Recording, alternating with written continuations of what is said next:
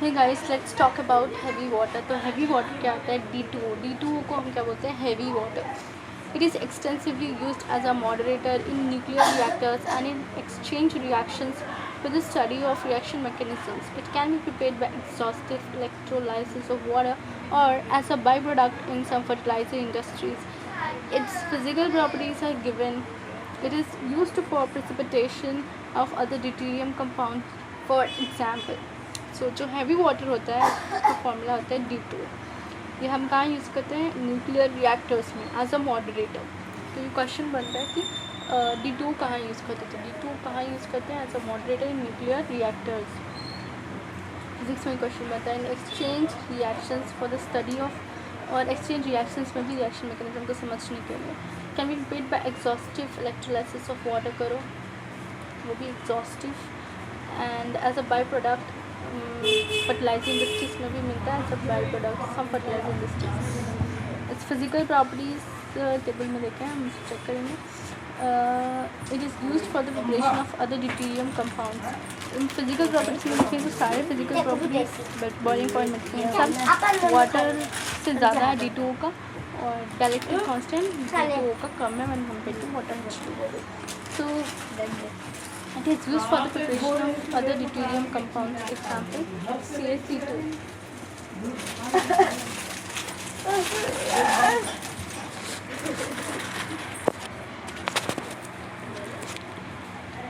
So यहाँ पे क्या होता है कि मॉडरेटर की तरह यूज़ करते हैं और बाय प्रोडक्ट और एग्जॉस्टिव इलेक्ट्रोलाइसिस से मिलता है। ओके, नेक्स्ट थिंग है कि it is used in the preparation of deuterium compound, जैसे कि CaC2 है और उसको D2O से ट्रीट करो। तो वाटर में कैसा बनता था? CaC2 प्लस H2O, आपको C2H2 बनता था, दैट इज़ एसिटिलीन बनता था। तो यहाँ पे भी C2D2 बनेगा प्लस CaOD टेक इनटू इट। सो कैल्शियम हाइड्रोक्साइड, यहाँ पे कैल्शियम डाइऑक्साइड ड्यूटेरियम के प्रोडक्ट्स बनेंगे। H की जगह D आ जाएगा, मीन्स हाइड्रोजन की जगह ड्यूटेरियम आ जाएगा। SO3 प्लस D2 क्या बनता है? D2SO4। SO3 प्लस D2 क्या बनता है? D2SO4। Al4C3 प्लस 12 D2O क्या बनता है? 3CD4 plus 4 aluminium OD taken thrice. तो SO3 प्लस D2O क्या बनता है? D2SO4। Al4C3 प्लस 12 D2O क्या बनता है? 3CD4 plus AlOD taken thrice. Okay, तो लाइक मीथेन बनता था, यहाँ पे D2CD4 बनता है, और SO3 D2 H2SO4 बनता था, यहाँ पे D2SO4। आप जानते हैं dihydrogen as a fuel. So dihydrogen releases large quantities of heat on combustion. The data on energy released by combustion of fuels like dihydrogen, methane, LPG, octane, etc. are compared in terms of the same amounts in moles, mass, volume, action. So table में देखो, अगर मैं moles compare करती हूँ, सबसे ज़्यादा octane release करता है क्या? एनर्जी सबसे ज़्यादा ऑक्टेन रिलीज़ करता है, उसके बाद LPG रिलीज़ करता है, उसके बाद मीथेन, उसके बाद dihydrogen in gases form, then liquid form. ठीक है, सबसे ज़्यादा ऑक्टेन होता है, लेकिन उसके बाद पेट्रोल आता है, that is LPG not petrol, LPG, उसके बाद मीथेन, उसके बाद गैस वाला डाइहाइड्रोजन, फिर लिक्विड वाला डाइहाइड्रोजन। पर ग्राम की अगर बात करें तो पर ग्राम में सबसे ज़्यादा डाइहाइड्रोजन गैस वाला देता है, फिर लिक्विड वाला, उसके बाद LPG, उसके बाद ऑक्टेन, उसके बाद CH4 गैस, उसके बाद ऑक्टेन, फिर LPG लास्ट है पर ग्राम। पर लीटर में अगर चेक करें सबसे ज़्यादा एनर्जी कौन देता है?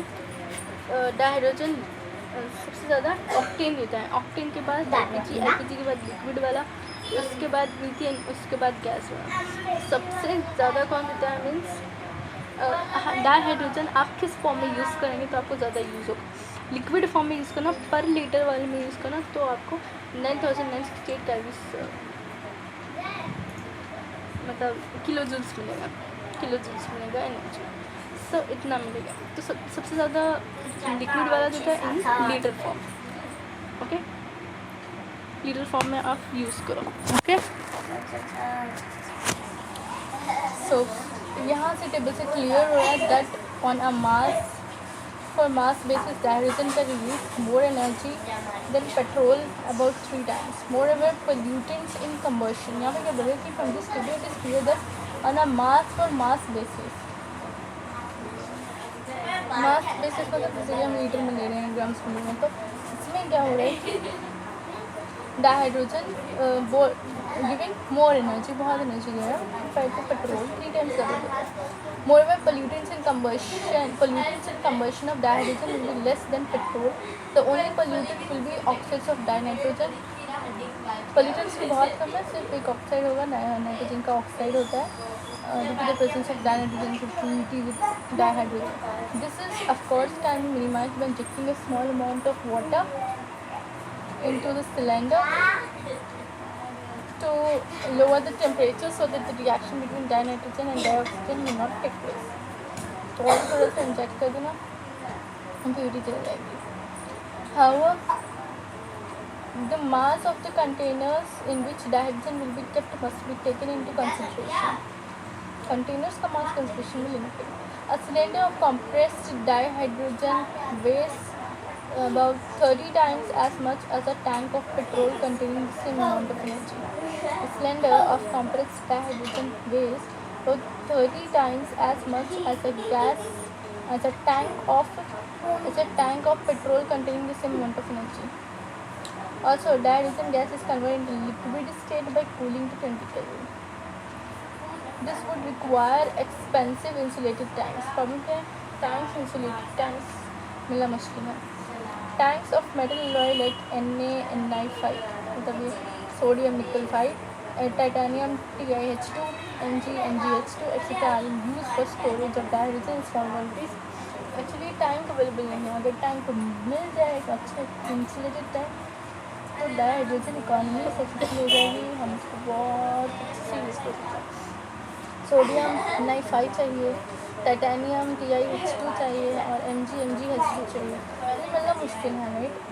स्मॉल अमाउंट में स्टोर करके रख सकते हो, लेकिन अगर आपको बहुत एक्सपेंसिव हो जाता है. So these limitations have prompted researchers to search for alternative techniques to use dihydrogen in an efficient way. अब हम पढ़ेंगे हाइड्रोजन इकोनॉमी के बारे में. So it is an alternative. जैसे कि हम फॉसिल फ्यूल्स यूज़ करते हैं तो उससे बहुत बेहतर है, एनर्जी भी ज़्यादा देता है. और सिलेंडर के बारे में बात किया कि cylinder of complex dihydrogen waste about 30 times as much as a tank of petrol containing the same amount of energy. Okay. In this view, hydrogen economy is an alternative. The basic principle of hydrogen economy is the transportation and storage of energy in the form of liquid or gaseous dihydrogen. Advantage of hydrogen economy is that energy is transmitted in the form of dihydrogen and not as electric power. It is for the first time in the history of India that a pilot project using dihydrogen as fuel was launched in October 2005 for running automobiles. अच्छा, जो space में गए थे हमारे पहली बार, जो जिन्होंने moon के ऊपर अपना फुट रखा था, वो है नील आर्मस्ट्रॉन्ग. नील आर्मस्ट्रॉन्ग जो रॉकेट से गए थे, जो स्पेसशिप में गए थे, वो स्पेसशिप में हाइड्रोजन ही था, हाइड्रोजन इकोनॉमी ही था, हाइड्रोजन ही था. ओके. सो Saturn 5 स्पेसशिप का नाम है, रॉकेट का नाम है, that took Neil Armstrong to the moon was powered by liquid hydrogen fuel. Neil Armstrong.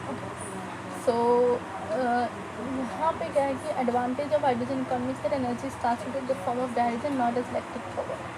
It is for the first time in the history of India that a pilot project using dihydrogen as a fuel was launched in October 2005 for running automobiles. Initially, 5% dihydrogen has been यहाँ पे क्या देखिए being used in CNG for use in four-wheeler vehicles. The percentage of dihydrogen would be gradually increased to reach the optimum level. Nowadays, it is also used in fuel cells for generation of electric power. It is expected that economically viable and safe sources of dihydrogen will be identified in the years to come for its usage and as a common source of energy. So, initially 5% dihydrogen has been used in CNG For using four-wheeler vehicles, the percentage of dioxin will be gradually increased to reach optimum level. Nowadays, it is used in fuel cells for generation of electric power. It is expected that economically viable and safe sources of hydrogen will be identified in the years to come for its usage as a common source of energy. So, जैसे कि summary में अगर देखें तो ट्यूरियम के बारे में बात किया। ट्यूरियम रेडियो एक्टिव है जो कम एनर्जी वाले बीटा माइनस पार्टिकल्स का मिट करता है। 12.3 ईयर्स का क्या हाफ लाइफ है और हेलोजन से भी सिमिलर है और एल्कली मेटल से भी सिमिलर है। Hydrogen most abundant element universe में फ्री स्टेट में अर्थ इज फाउंड विच में तक बहुत लाइट होता है। कंबाइंड स्टेट में third most abundant element on the earth पर। कंबाइंड स्टेट में कितना है? Third most abundant. इसके 3 आइसोटोप्स है और ये third most abundant.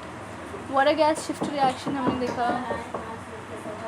By product of electrolysis of Bryan उसमें भी होते हैं।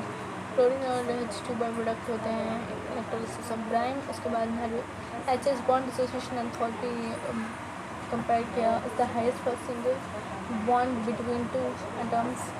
और वेल्डिंग में यूज़ करते हैं इसको। तो एटॉमिक हाइड्रोजन टॉर्च में भी यूज़ करते हैं। हाइड्राइड्स में देखो क्या है, 3 टाइप के हाइड्राइड्स होते हैं, आयोनिक और सलाइन हाइड्राइड्स, कोवलेंट और मॉलिक्यूलर हाइड्राइड्स, और तीसरा है मेटेलिक और नॉन स्टोइकियोमेट्रिक हाइड्राइड्स। सो इनके प्रॉपर्टीज हमने देखे हैं। फिर मॉलिक्यूलर हाइड्राइड्स में electron diffusion, electron precise and electron, इसमें ज़्यादा इलेक्ट्रॉन होते हैं। Right. B2H6 electron diffusion, CH4 precise, NH3H2 6 electrons होते हैं इसके पास। अमीनो के पास 1 लोन पेयर, वाटर के पास 2 lone pair. Metallic hydrides are useful for ultra purification of dihydrogen and as a dihydrogen storage media, क्योंकि प्लैटिनम पैलेडियम तो बहुत ज़्यादा एब्जॉर्ब कर लेते हैं डाइहाइड्रोजन, तो स्टोरेज की तरह भी यूज़ कर सकते हैं। हार्डनेस कैसे रिमूव करते हैं वो भी देखा। जियोलाइट और सिंथेटिक आयन एक्सचेंजर में भी देखा। हैवी वॉटर में भी देखा।